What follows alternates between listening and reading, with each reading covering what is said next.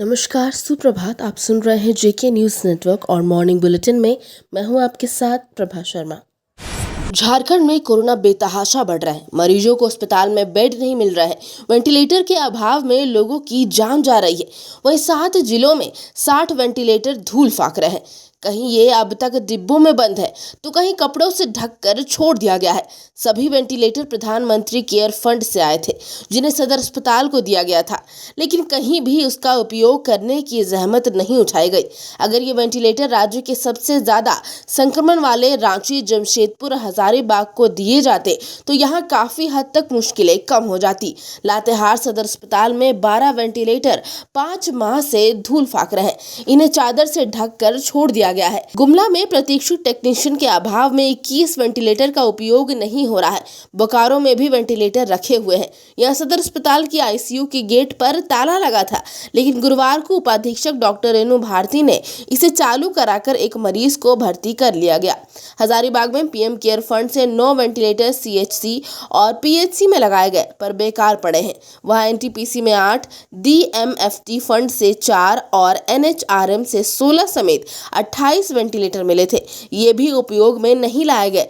ऐसा ही हाल रामगढ़, चतरा और सिमडेगा का है। इन जिलों में टेक्नीशियन के अभाव में वेंटिलेटर बेकार पड़े हैं। मुख्यमंत्री हेमंत सोरेन राज्य में कोरोना संक्रमण के बढ़ते मामले को देखते हुए शनिवार शाम 6:30 बजे सर्वदलीय बैठक करेंगे। ये बैठक वर्चुअल माध्यम से होगी। बैठक में शामिल होने के लिए उन्हें शनिवार दोपहर तक लिंक उपलब्ध करा दिया जाएगा।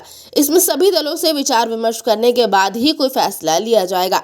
इधर मुख्यमंत्री हेमंत सोरेन झारखंड में कोरोना संक्रमण को नियंत्रित करने की दिशा में लगातार प्रयास कर रहे हैं। वे जांच में तेजी लाने और संक्रमितों के बेहतर इलाज का निर्देश दे चुके हैं। उन्होंने कहा है कि मरीजों की जान बचाना उनकी प्राथमिकता है। कोरोना की वजह से हालात को नियंत्रित करने के लिए कई और कड़े कदम उठाए जाएंगे। बंगाल में चुनाव का आगाज 27 मार्च से हुआ था, मगर इसके लिए जोर आजमाइश जनवरी से ही शुरू हो गई थी। सुभाष जयंती पर पीएम के कार्यक्रम में ममता बनर्जी के तेवर सभी को याद है, मगर तब बंगाल में कोरोना नियंत्रण में था। 15 जनवरी को राज्य में 623 नए केस आए थे। 27 मार्च को 812 और फिर थमे ही नहीं। बंगाल 22 अक्टूबर 2020 के अपने पिछले पीक को भी पार कर चुका है।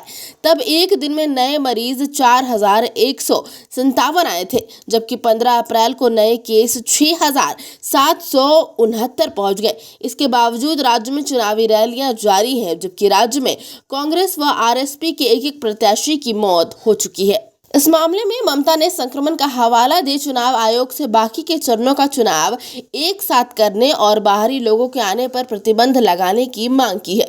हालांकि शुक्रवार को उन्होंने जेपी नड्डा, अमित शाह ने रैलियां की।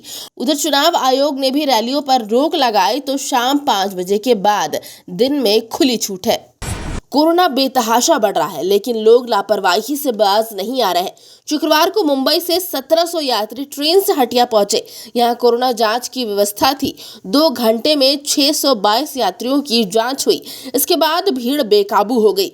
हंगामा किया, बैरिकेडिंग तोड़कर धक्का मुक्की करते हुए वहां से निकल गए। बाहर खड़ी गाड़ियां उन्हें ठूस ठूस कर ले गई। इससे 1078 यात्रियों की जांच नहीं हो पाई।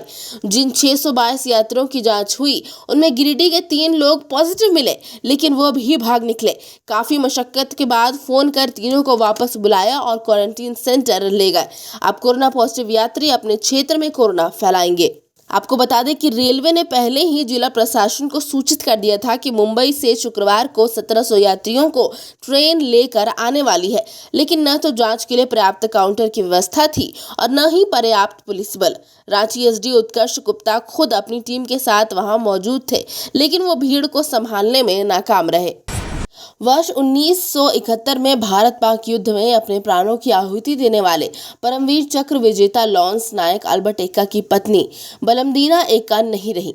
वह 69 साल की थी। पिछले साल कुछ समय से अस्वस्थ थी। चांदपुर स्थित आवास पर शुक्रवार रात 2 बजे उन्होंने अंतिम सांस ली। शुक्रवार दोपहर 12:15 पर उनका पार्थिव शरीर पैतृक गांव जारी में पति की समाधि के बगल में दफन किया गया। तो ये थी अब तक की कुछ खास और अहम खबरें। दिन भर की ऐसी अपडेट्स के लिए बने रहिए हमारे साथ जेके न्यूज़ नेटवर्क।